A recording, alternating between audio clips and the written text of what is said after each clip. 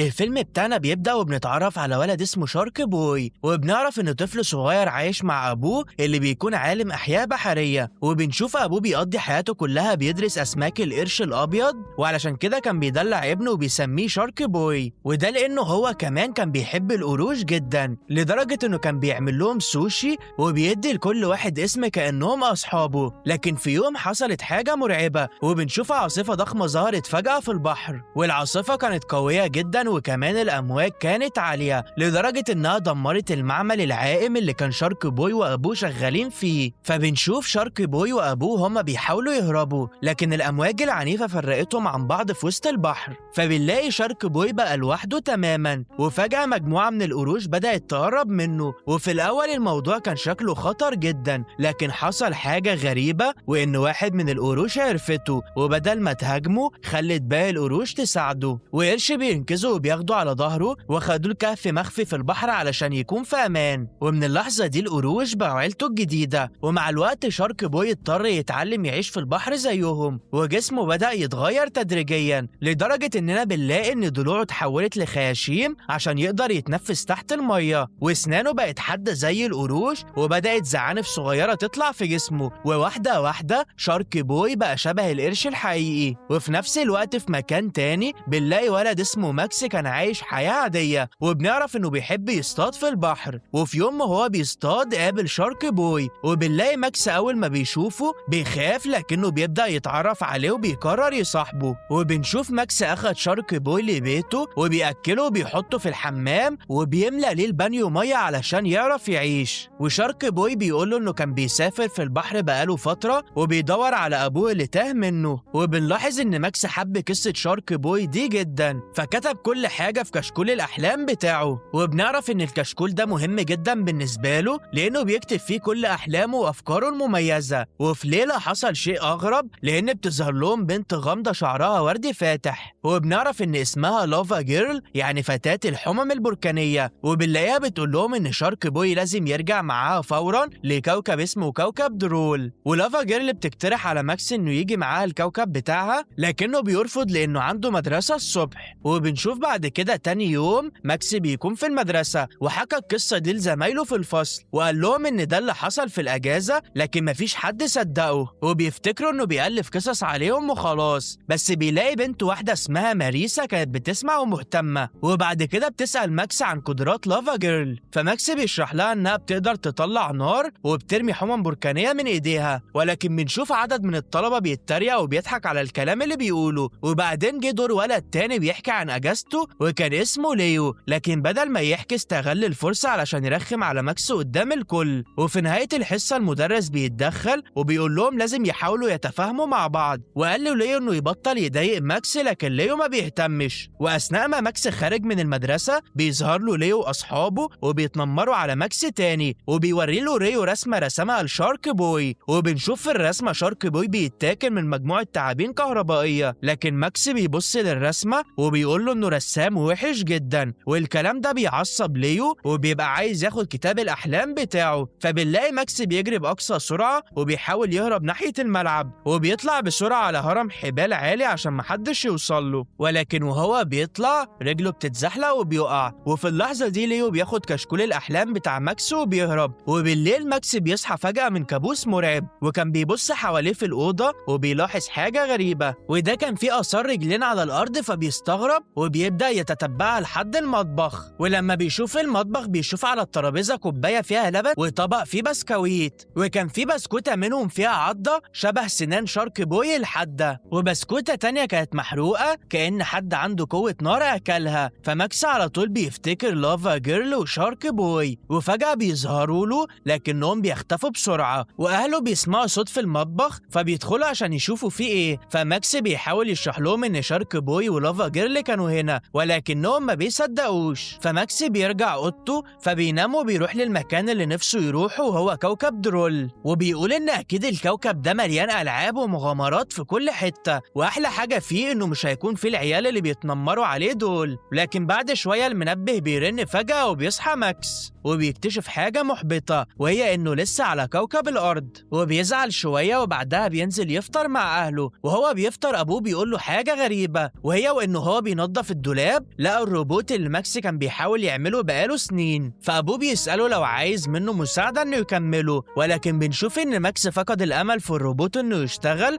وبطل يشتغل عليه، لكن أبوه بيقوله إنه لازم يكمل للآخر وما يفقدش الأمل. وبنعرف إن المدرسة أصلا قدام بيتهم على طول، وبيبدأ المدرس يديهم معلومات عن الأعاصير وإزاي يتصرفوا لما يشوفوا واحد. وبعد كده خلال اليوم الدراسي المدرس بيطلب من الطلبة إنهم يتكلموا عن أحلامهم، وساعتها ماريسا بتقول إنها حلمت حلم شبه قصة ماكس، لكن الأبطال كان ليهم أسماء مختلفة وكانوا بنت الجليد وولد الأحلام. وقبل ما تكمل بنلاقي المدرس بيقاطعها وبيقول لها تبطل كلام الخرافات وتركز في الدراسة أفضل. وفي اللحظة دي ليو بيدخل الفصل وماكس على طول بيقول له يرجع له كشكول الأحلام بتاعه، وبيقول للمدرس كمان إنه سرقه امبارح، فالمدرس بيتعصب وبيزعق لليو فبيرجع الكشكول غصب عنه لماكس. لكن أول ما ماكس بيفتحه بيتصدم لأنه بيلاقي الكشكول كله متبهدل ومليان شخبطة، وليو بيكون بوظ رسوماته وأفكاره كلها، فماكس بيتعصب جدا ومن الغضب بيرمي الكشكول على دماغ ليو. وفي نفس اللحظة الإعصار بيقرب جدا من المدرسة والهواء القوي بيفتح الشباك والورق بيطير في كل مكان، ووسط الفوضى ليو بياخد الكشكول تاني من غير ما حد ياخد باله. وفجأة الفصل كله بيتصدم لأننا بنشوف شارك بوي ولافا جيرل بيظهروا جوه الفصل، فالكل بيبص لهم وبيكونوا مش مصدقين، حتى المدرس بيكون مش مستوعب. ودلوقتي بقى واضح للكل إن ماكس كان بيقول الحقيقة فعلا. وبنشوف لافا جيرل بتبص حواليها وبتسأل هو فين ماكس، فكل الطلبة بيشاوروا عليه، وبنشوف وهي ماشية ناحيته الورق اللي حواليها بيولع بسبب قوة الحمم بتاعتها، وبتطلب من ماكس يجي معاها الكوكب درول. وفي الأول ماكس بيفتكر إنه بيحلم فبيغمض عينه جامد علشان يفوق، لكن لما بيفتحها بيلاقيهم لسه قدامه، فساعتها بيفهم إن ده حقيقي. وبعدها التلاتة بيخرجوا بره الفصل وبيركبوا سفينة فضاء على شكل قرش، وبنشوف السفينة بتطير في الفضاء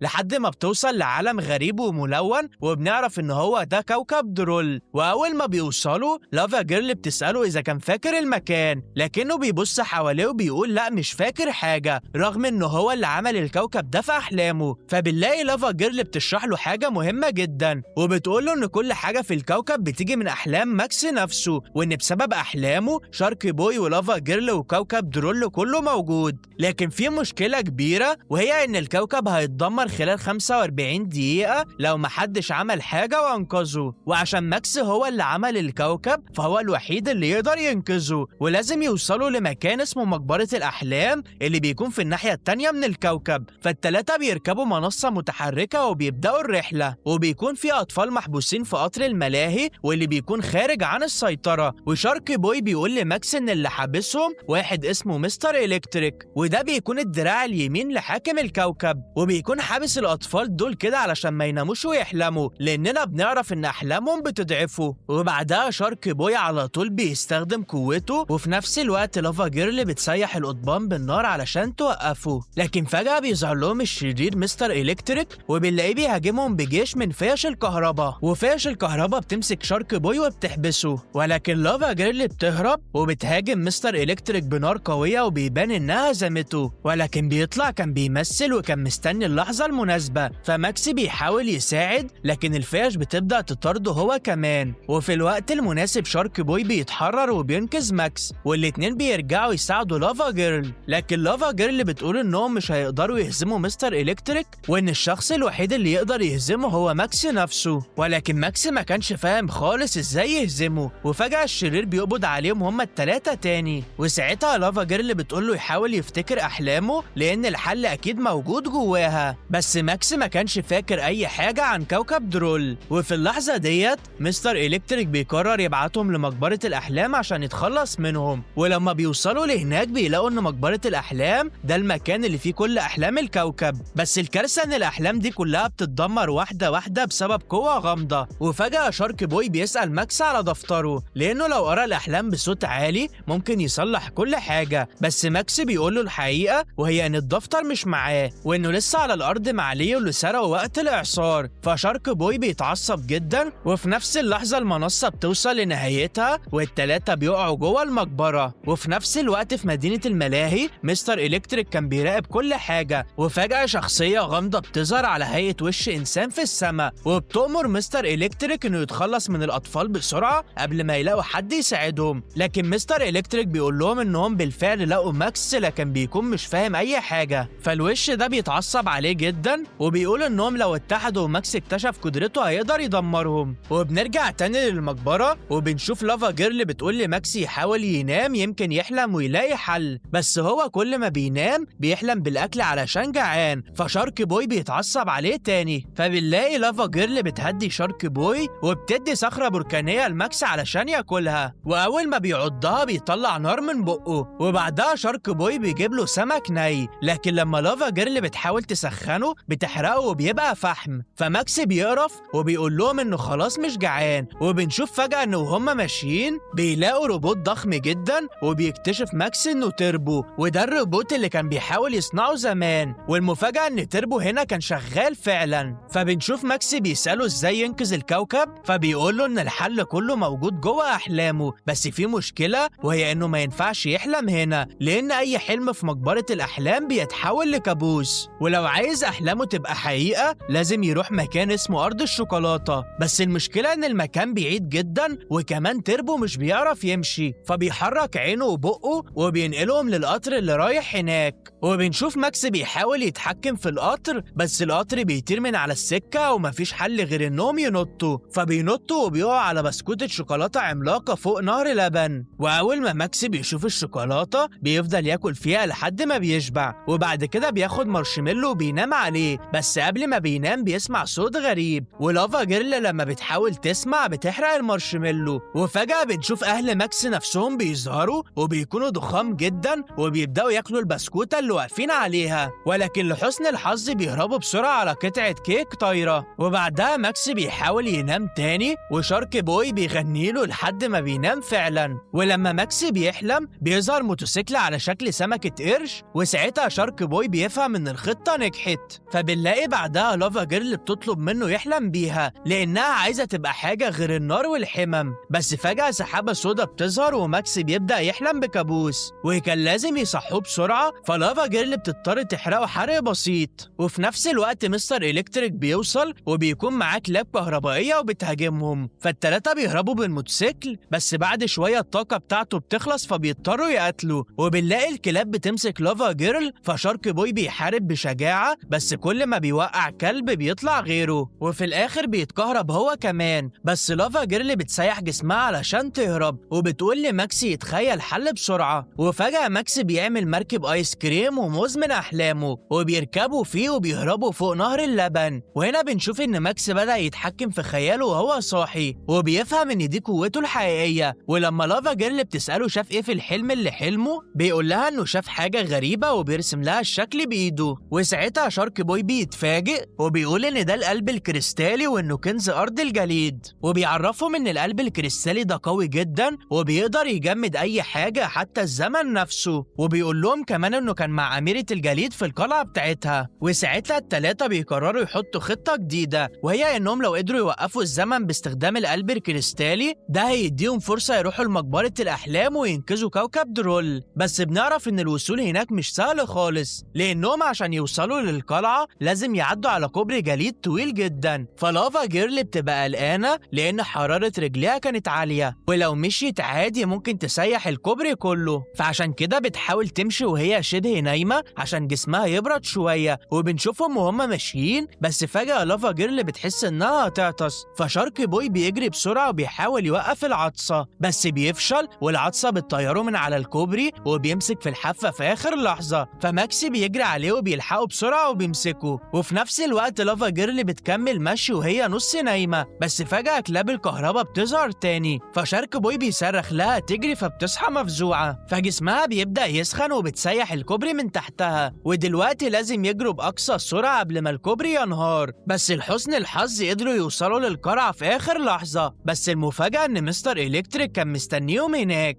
وبيمسك التلاتة وعلى طول بياخدهم لمقبرة الأحلام تاني، وهناك بيظهر العقل المدبر الحقيقي وبيطلع إنه ليو، وبيكون هو حاكم كوكب درول واسمه في الكوكب دوت ماينوس. وماينوس بيقول لهم إنه قرا دفتر أحلام ماكس كله ومن خلاله عرف يتحكم في كل الأحلام ويغيرها، وقريب جدا الظلام هيغطي الكوكب كله وساعتها كل الأحلام هتختفي وهو هيحكم الكوكب ده للأبد. وفي الوقت ده بيكون ماكس وشارك بوي ولافا جيرل محبوسين في قفص، ولافا جيرل بتحاول تسيح القضبان بس قوتها بقت ضعيفة، وحتى قوة شارك بوي بدأت تضعف. وبعد شوية بتظهر فقاعات غريبة بتغني وبتطفو جنبهم، والصوت بيضايق شارك بوي وبيعصبه جدا، وأسنانه بترجع حادة، ومن الغضب بيكسر القفص بسنانه. ودلوقتي التلاتة بقوا يقدروا إنهم يهربوا، وبنشوف ماكس على طول بيتسلل بسرعة وبياخد دفتر أحلامه واللي كان محطوط على وش ماينوس وهو نايم، وبيبدأ يقرأ ويفتكر حاجات مهمة زي إن رافا جيرل عندها موتوسيكل وبيظهر لهم وبتفرح بيه جدا، وإن أبو شارك بوي لسه عايش وبيبحث عنه في البحر. فلافا جيرل بتتحمس وبتاخد الدفتر، بس كارثة بتحصل وإيديها السخنة بتحرق الدفتر وبيتحول لرماد، وساعتها بتتعصب جدا من ماكس وبتقول إنها زهقت من إنها تدمر كل حاجة وعايزة تعرف هدفها الحقيقي وليه بيتخيلها بالشكل ده. فماكس بهدوء بيقول لها إن الأهم دلوقتي هو القلب الكريستالي، فبيقرروا إنهم يركزوا على المهمة وبينزلوا على زحليقة جليد لحد ما بيدخلوا القلعة. وجوه القلعة شارك بوي بيطلع على عمود جليد طويل علشان يوصل للقلب، بس بنعرف إن في قانون مهم وهو إن اللي بيلمسه بإيده العادية بيتجمد فورا، وعلشان كده شارك بوي بيلبس جوانتي، ولكن وهو بيحاول يمسكه بيتزحلق وزعنفته بتتعلق في الجليد، وماكس بيحاول مكانه إنه يمسك القلب، بس بنشوف الجليد بيبدأ يتكسر والقلب بيقع، ولما لافا جيرل بتمسكه بإيديها بتتجمد فورا. وفي اللحظة دي حراس الجليد بيظهروا وبيمسكوا التلاتة